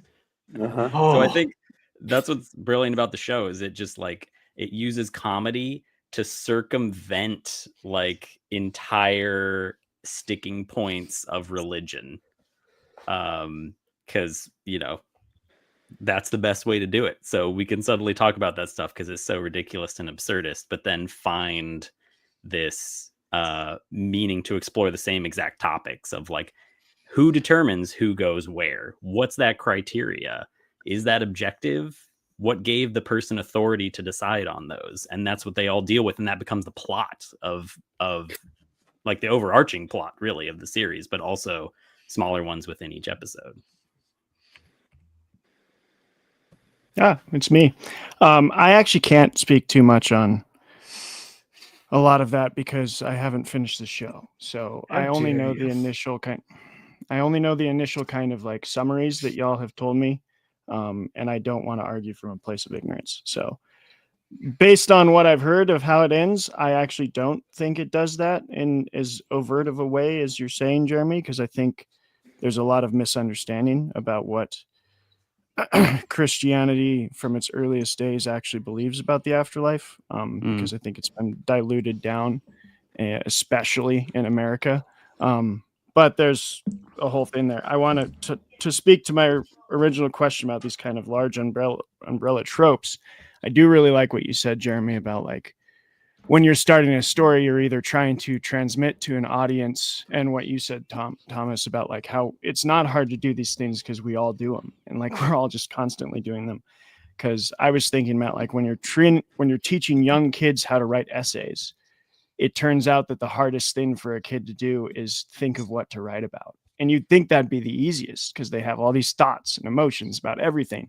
But as soon as you're like, okay, I need a 5-page essay on whatever you want, they're like, I don't know what to write. And they like blank out every time. So like every kind of pedagogical technique I've read about how to teach children how to write essays well is you have to start by giving them like the topic. And then you like move them on to like, here's 3 topics. And then later you move them on to like, here's 5 topics. And by their senior year, they should be able to make up their own topic. But it like takes time for them to like practice the things that are already being written about before they can input their own sort of like personal beliefs into those 5-page essays. And I think that's fascinating. I think that's with stories as well, of like, we're just trying to transmit to people what we love to talk about ourselves. And through doing that and through that kind of imitation practice, eventually we start to say something that maybe hasn't been heard as much. And I think one of the things I've seen in your books, Thomas, that I really love is exactly what you mentioned about like I've read 3 of your books now, and it's always like actions have consequences. Like that's a huge overarching theme that I think you touch on. I hope I'm right on that. And I love that of like, we can approach that maybe from different angles, but it's such a true thing of like, when you do something is going to happen. Like if you think that you're getting out of some consequence or you can just live scot-free of that, then you're sorely mistaken. So I really appreciate that about your books. And on that note, I do have a follow-up question. Sorry for my dogs again. Character development. I think this is a great question to ask you specifically because you've done 2 things with this now. So with Hex and with I'm so bad with names. I'm so sorry. The ship, your ship story. Oracle. Oracle. With Hex and with Oracle, you have characters that carry on. So you've developed a character over like a series at this point of a duology. And then you've also done singular stories. And I think I'd just love to hear from writers, like, what's the difference in doing that? And how do you tackle those? Because The Good Place is really good at character development over kind of a large 4-season arc. And you've done it over 2 books and over 1 book. And is there a big difference there, or how do you approach that? Honestly, there's not for me at least, because it was kind of an accident that it happened in the first place. I don't see Hex and Oracle as a series at all, or as sequels, or as, whatever the algorithms of Goodreads and then Amazon make them out to be. They're separate novels. It's just that this one character, Robert Grimm, came back in Oracle. I hadn't planned for it. Honestly, small spoiler for people who haven't read Hex. I thought he died in the end.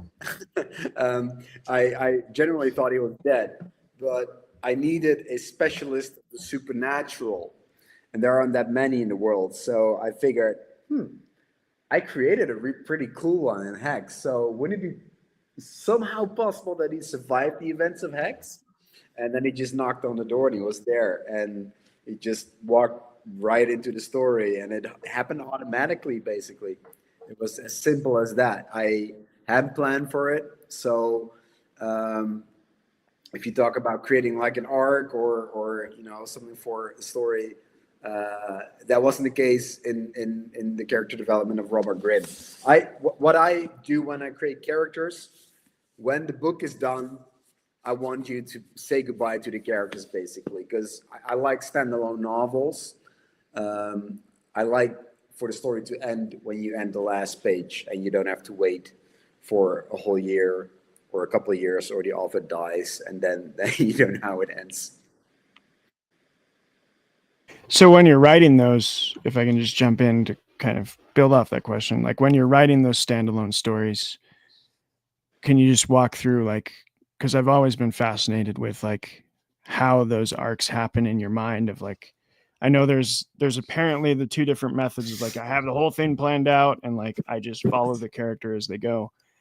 But I don't know. I feel like that might be an individual difference with everybody's sort of writing style. Like, how do you follow your characters through your story, and how do you know what decisions they're going to make before they make them, or are you kind of in their mind as you walk through the world you've created? I am in between a planner and a, just someone who lets it flow. I have to know enough of my story to be able to start writing it. But that for me, because I think in images, I'm a very visual thinker. So to me, that starts with a general visually strong idea. That lopsided ship in a tulip field in Oracle, that was just too good of an idea not to pursue. And of course, there had to be a hatch on the deck that was open, and if you go in there, you disappear, and a boy sees his father go in, and boom, you got a story. So what I do is I put these characters in these situations because and then see what they experience. And the way I approach this is that I put myself into the situation. I try to imagine myself in the shoes of each character, and then see what I would do, or what I especially wouldn't do, and then let the characters do it anyway.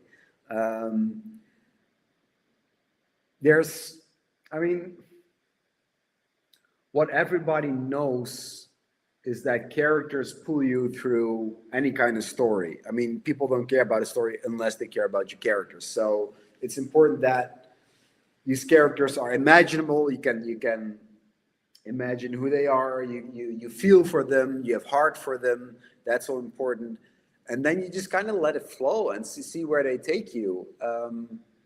There's not a whole deal of planning for how they react certain, plot twists in the book, because the story automatically takes you there, in my case, if that makes sense.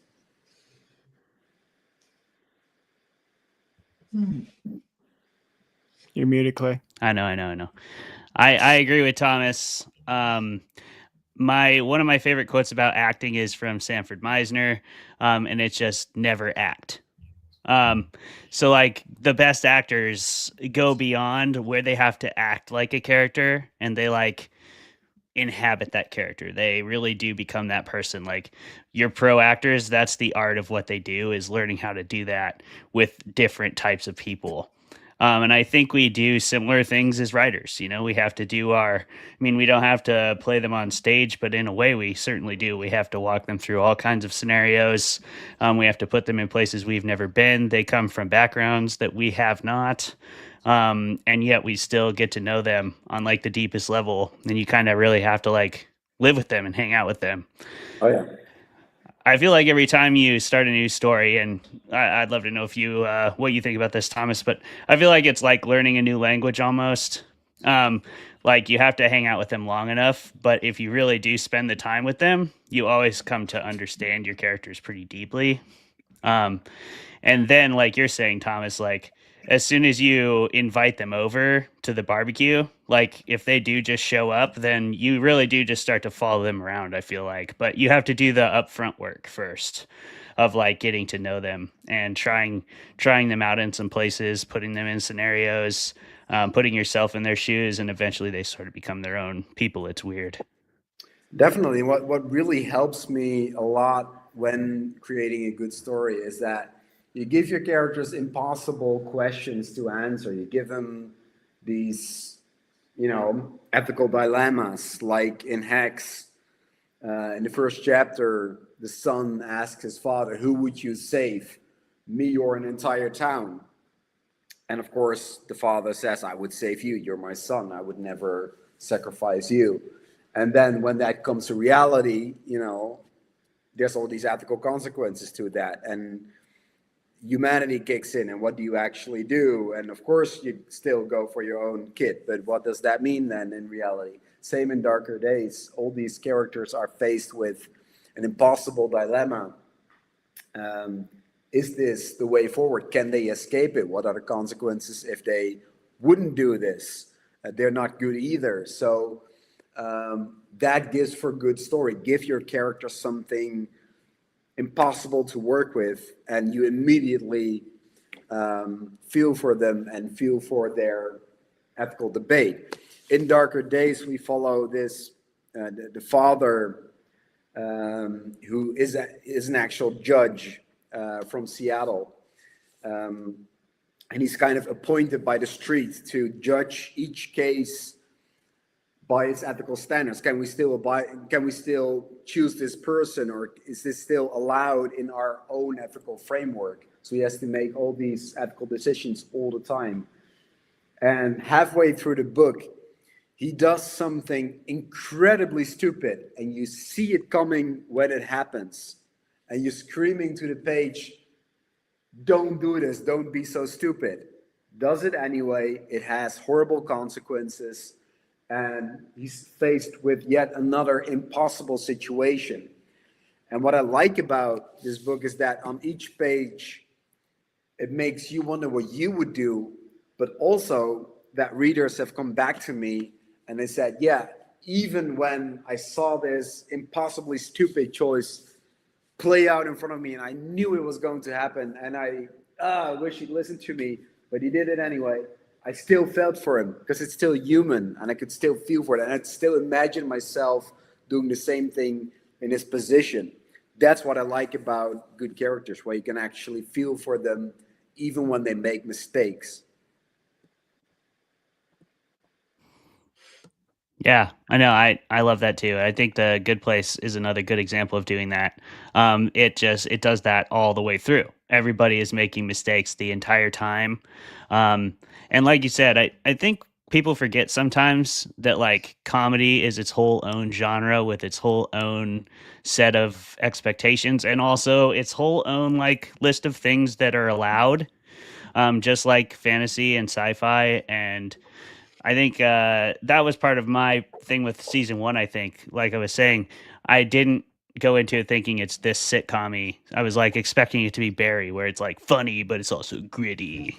You know, I don't know why I expected that, but I thought it was like, I don't know, not as sitcom-y. And so I went in there with like kind of the wrong attitude of like, yeah, this is a comedy. Calm down, you know? And like just go along for the ride. And it was a lot more fun once I started doing that. But you get that leeway based on the story you're telling, and I think they definitely use that to the character development's advantage. Jeremy, you have something to say?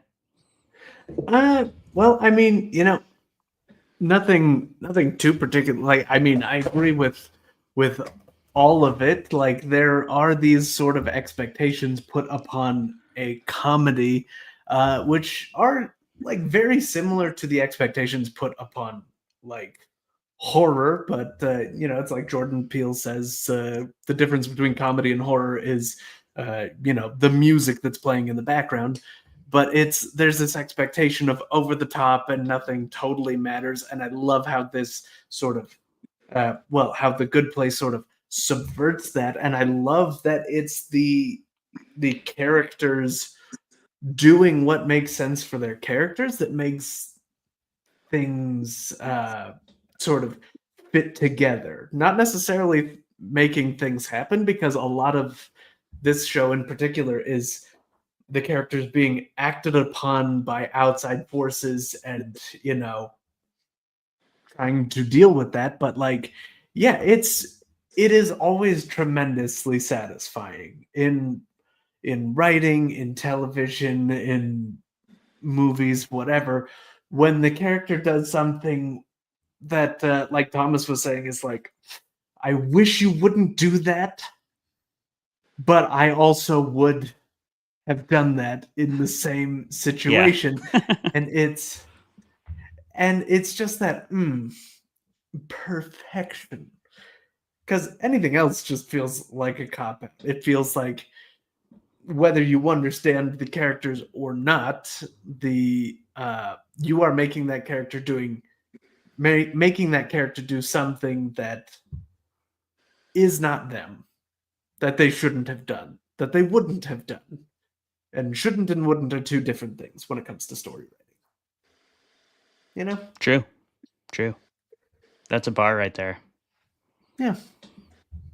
Colin, you got anything to say on that? Nope. All right. Back to you, Travis, with the weather. I agree. I think too, Thomas, you've pointed to, and this finally formulated in my mind for the first time, which is nice. I love Coen brother movies because I think they do exactly what you're talking about, of like you have a lot of characters who get put in frustrating situations and make really stupid decisions that make sense, even though you're mad that they made them. And so you're like frustrated, but you're like, I still feel for you. And then I'm going to maybe anger some of our audience, but like, I think that's the same reason I hate a lot of Adam Sandler comedies, is because most of their plots are built on the premise of like a person making a decision that makes no sense. And there's not like that buy-in with the character. It's just like, this happened because it had to, for the story to happen. And I'm like, but it didn't have to. And like, most people wouldn't do that. And like, if they were just honest, they wouldn't. Anyway, so I think that's beautiful, of like, it's a fine line to balance. And when you do it right, it's like the greatest character development you'll ever see. And now when you I do it wrong, it's like very frustrating. But Colin, you've remembered something. Go ahead. Yeah. I think that, I mean, it's just so good in every way what they do with exploring characters, including characters that are like, I think Glenn, right, is the like demon executive. Or no, that Glenn was a side character. But he's just like a guy. Yeah, just like a guy. So they explore characters who you wouldn't think are the main characters or have plot development to them. So even the demon characters like get signed on as like doing other things and then going into like a rotation for jobs later on, so they're not always stuck on the same level of hell and stuff. And those are just like little touches that explore the lives of really people who would just be kind of throwaway lines and characters for a gag in like other not as well written shows.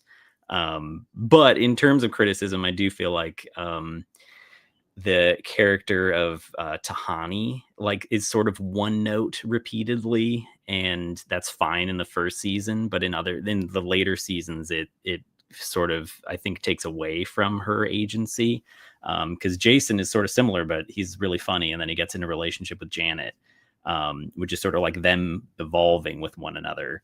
And then Tahani just doesn't have that. Like, she doesn't have a foil of a character romantically, which is fine.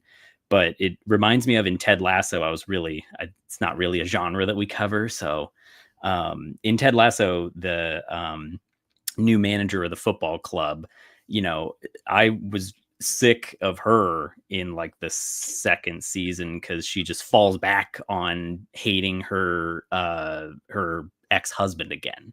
And it's like, we had this whole arc where she got out of that and Ted helped her, and then she becomes an individual again, and then she just like regresses into that all over again. It's like, we've already seen this plot arc. So there's definitely, that is an irritating factor for me rewatching the show like 4 times, is I could think they could have done more with Tahani, but with virtually everyone else, it was perfectly, their evolution as characters was perfectly done. You couldn't go better than with Jason, the way they circled back to the fact that he was initially presented as a Buddhist monk.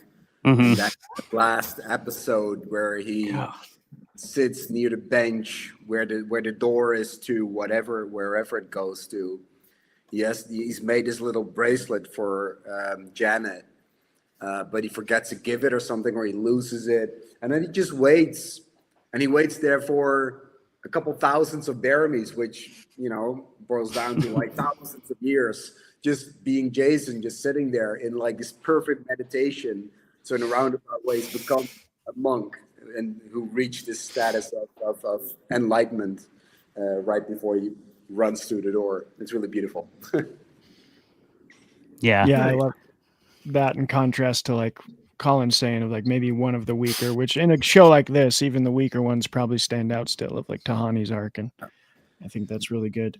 I mean, the name dropping was really funny. Yeah. I think Clayton, you had a question before I jump into I have a couple more, but probably in just one of them. But I know you wanted to talk specifically about the layout of Thomas's new book. Let's do that at the end. So we're on the good place right now, so let's stay on that for now. Okay. Jeremy? Yeah, man. Yeah, I can jump on in because I am fully game to completely disagree with the Tahani thing. Like, I think she is a fantastic character, and I know she's not the character that everyone is going to like fully identify with and latch on to, but like, it's her journey from seeing herself as a good person and then realizing why she's a bad person, to the point where she actually starts being a good person for its own sake, rather than like trying to live up to and surpass her sister, is, that's an incredibly compelling thing to watch from beginning to end. And, it's played, subtly and for laughs, and it's something that, I could see as being missed, but like, I don't think there's any of the 4 main characters or the 6 main characters, when we're including Michael and Janet, that like let the story down or like execute in such a way as the other characters or the story needs to pick up the slack. I think it's all superb, if you will. Yeah, Colin. Yeah, Colin. What's your problem, bro? What's your deal? It's just not as good. It's just not as good. I think The Good Place is a great example of having a big cast and actually using it, which is something that a lot of shows fail to do. A lot of shows have a big cast and they don't develop nearly enough of the people for everybody to feel like they had to be on the screen. But The Good Place does a pretty good job of doing that for the most part, I think. Which doesn't lead into my question at all, but I'm just going to ask it anyway. Thomas, I have a two-part question for you. First of all, I live in the area that you wrote about in Darker Days, and so I'm already like seeing how much like attention to detail you put into that. I can tell you really like you looked into it. You knew what you were getting into. You've incorporated environmental elements into the horror itself, and I appreciate all of that. I like the call outs to the real places. And it's an interesting choice to choose to use real places in your work instead of like a fictional town. Like in Hex is a fictional town, right? Because you set it in a real place in the Netherlands. So in America, if you read the English American version of the book, it's set in like the Hudson Valley and in a fictional town. So that's very different from calling out the names of actual restaurants, of actual places. So what went into making that decision in terms of both research and telling a story that, if you're saying a real place, I imagine it's important to you that you get it right for the people who live there so that they'll see it and be like, oh yeah, that's cool. Instead of being like, no, this guy never been here, and you kind of like are going to get one or the other. So it's, and you're getting the positive reaction from me thus far. But I'd be interested in knowing what went into that choice. And then to relate it to The Good Place, what is a way that you think The Good Place uses its setting to tackle that issue well too? Because they are going into like dangerous territory that everybody has opinions about, which is the afterlife. Yeah, so in my case, I like horror that's grounded into reality, because whenever my kind of stories, I like to think that they just set in the real world, except sometimes the supernatural slips in. And when you have the supernatural slipping in, then you want it to be grounded into a world that's recognizable, because otherwise, when there are stories that don't do that, my mind seems to drift away, that it becomes too much of a fantasy, which is can be fun in its own way, like The Good Place, for instance, but it's a completely different genre. So for this kind of story, you want it to be grounded in the real world. Therefore, I'd like people to point to places and say, yeah, I've been there. Hey, this is funny. My town is actually haunted by a witch. Or, hey, I've climbed that mountain and now it's haunting people. It's partly that fun reaction from readers who recognize those places, like you have with Darker Days. But it's also the feel that it's real. You sense it when it's real. I mean, of course, you can create a fictional town, like writers like Stephen King have done it all the time. I've done it in Hex as well, and still make it feel really real and make it recognizable as a town that is like any town you grew up in or that you've been to. But when it's actual real, it adds this layer of realism that that kind of counterbalances the supernatural and the more incredible parts of the plot lines. So it keeps it grounded, basically. And what then happens is that, you have to do a lot of research. And of course, you're flexible as a writer to make, to bend it to your own wishes. So whenever I need to move something, I do move something in order to make the story work. Readers do pick up on that. in the original of Hex, like you said, it's set in this real Dutch town. I moved one like breakfast pancake place to a different location to where it actually is, because I needed that for a certain experiment that the kids are doing in the book. And people were pointing to me that all the readers are sending me messages like, yeah, that's not there. That's not there. You've been there. Why did you put it there? You know, people pick up on that. But people forgive you for it. Yeah, I think you do plenty believable job, and you ground us in those real places very sufficiently that anything that is changed, I'm going to assume is intentional and not out of ignorance. So you had that benefit of the doubt. And then, by the way, it's also, as a writing exercise, is actually much easier often if you want to. You know, if you're setting a realistic stage for a scene, and if the scene actually takes place on a real place, what I do is I position myself in Google Maps, in Google Street View, and I just look around. And there's all these details that you pick up that give you all sorts of creative ideas. Like there's this particular structure there, or a particular natural feature there that otherwise. These things, of course, spring from your imagination, but when they're gifted to you because they're simply there in reality, it's a great help. It speeds up the process of creating a believable scene, if that makes sense. No, that's a great tip. I would say that's a good one to put in your pocket if you're a writer writing about somewhere you don't have the capacity to go to, but that needs to be in the story. Yeah, that sounds like a good way to get a look at some landmarks, because you mentioned Stephen King earlier, but I do think he's kind of a master at giving you just enough to establish his like authority, you know? Yeah.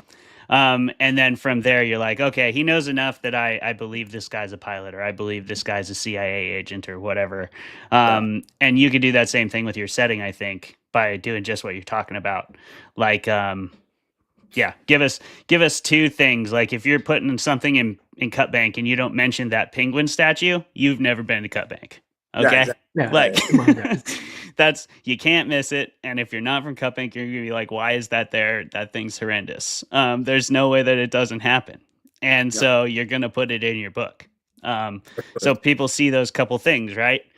And then I would also like to know, do you think The Good Place accomplishes this trotting through the well-traveled realm of the afterlife? Yeah, I mean, The Good Place makes it really grounded by, you know, creating this perfect village that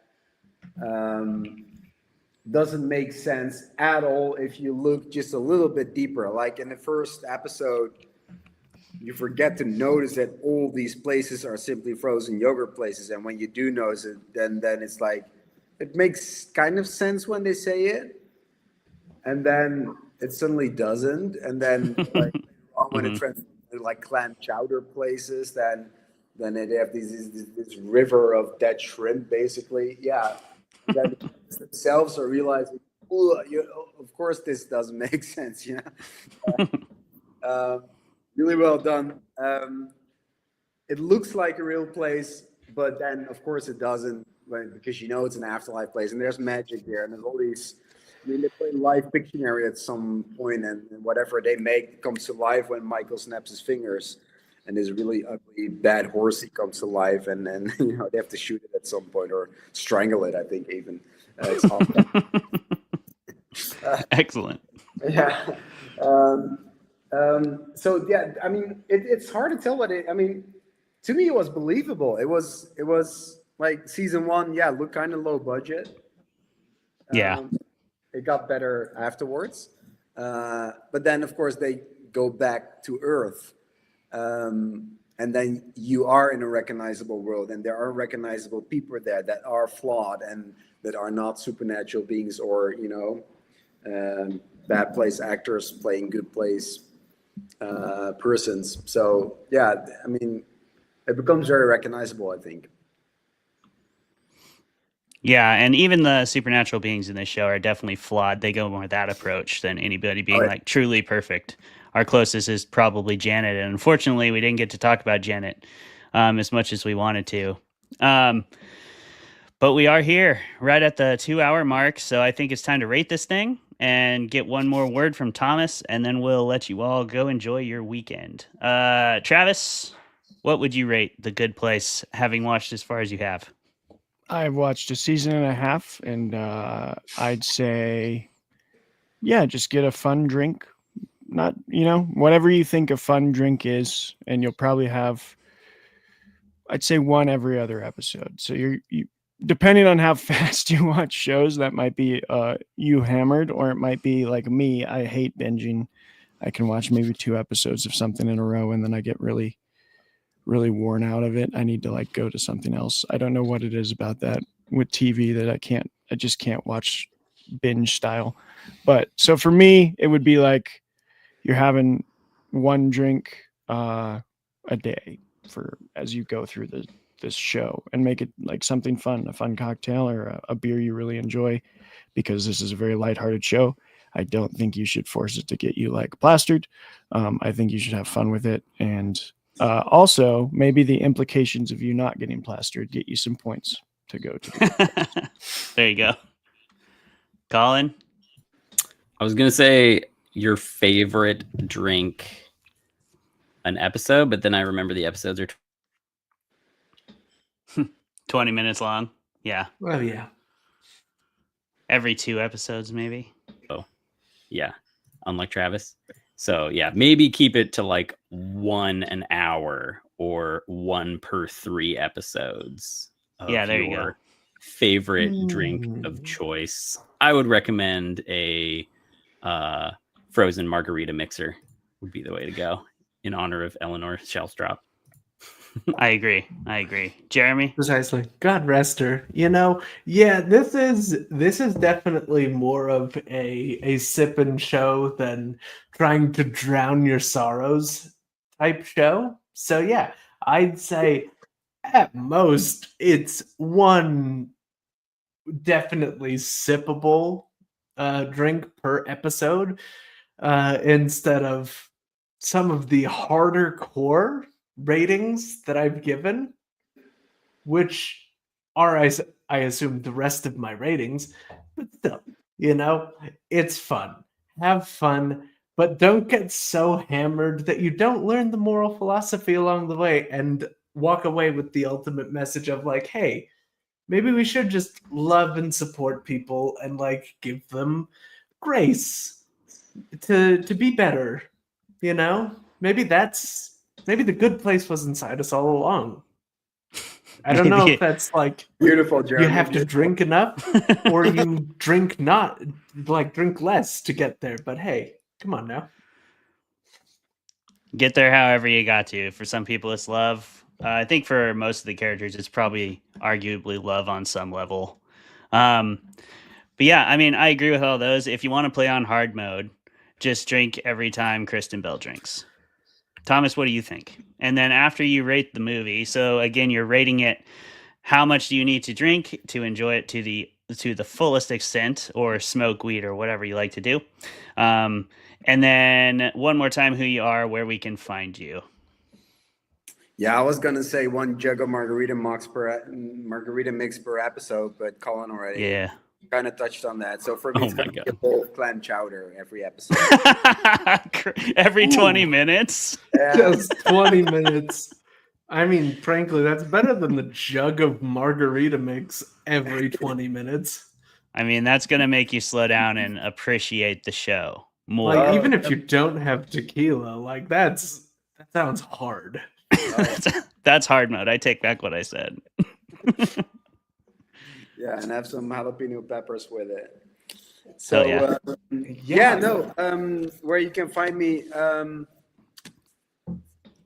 Darker Days in bookstores everywhere. So are my other novels, Hex, Echo, and Oracle. There'll be another one coming out, I think, early 27 in English. So something to look forward to. And you can find me on my website, oldeheuvelt.com. I write letters to readers, which is really fun. I don't have like a commercial letter, but I do more like a personal letter that I write to readers every couple weeks, where I give all sorts of background stories, just some insights on my writing life, my professional life, and my stories that I'm writing. So you can sign up for that on oldeheuvelt.com, which is my last name.com, or just Google me or Instagram me. You'll be able to find me. Awesome. Thank you, Thomas, for coming back on the show. It is always a great time having you on here, man. Thank you for having me. Enjoy the rest of the book. I hope you like it. I'm confident that I will. You've not disappointed me yet. And listeners, readers, watchers, whoever you might be, read the podcast. You might read the podcast. I don't know. I'm not going to. You could watch the subtitles, Colin. Yeah, Colin. I have a challenge, by the way. Okay. I want Travis or Jeremy to make cheaty chili. So just cans of chili with peeps? Yeah. So canned it's like chili a with giant peeps. bowl of M&M peep chili. I decline the challenge. People have made it. I decline. Put I decline the challenge. in the chili pot and make it taste. No. Yeah. Gross. So yeah, I guess if you want to play on survival mode, you can also add that monstrosity into the equation with the clam chowder. With Babish, if we get enough Patreon subscribers, Travis will eat cheaty chili. I think you will, Colin. I think you will do that, sir. You cannot sign me up for that. You know, Jeremy or Colin, you guys, one of you can do it. Travis, and what you can do a bowl for Patreon. No, we're all doing it. One bowl. We all got to do it. That's not even very much. We'll talk about that off the air because I'm also not doing that. Thomas, so great to have you back, man. Listeners, thank you for being here. As always, we have been Jeremy, Clay, Travis, and Colin. Please don't forget to like, comment, subscribe, and do all that bullshit because we need your help. We need your help. We're up against the algorithm here, and it is a merciless enemy. So lend us your swords, lend us your fingers, lend us your keyboards. Let's keep winning this thing for humans and for art. We'll see you next time. Goodbye. Bye.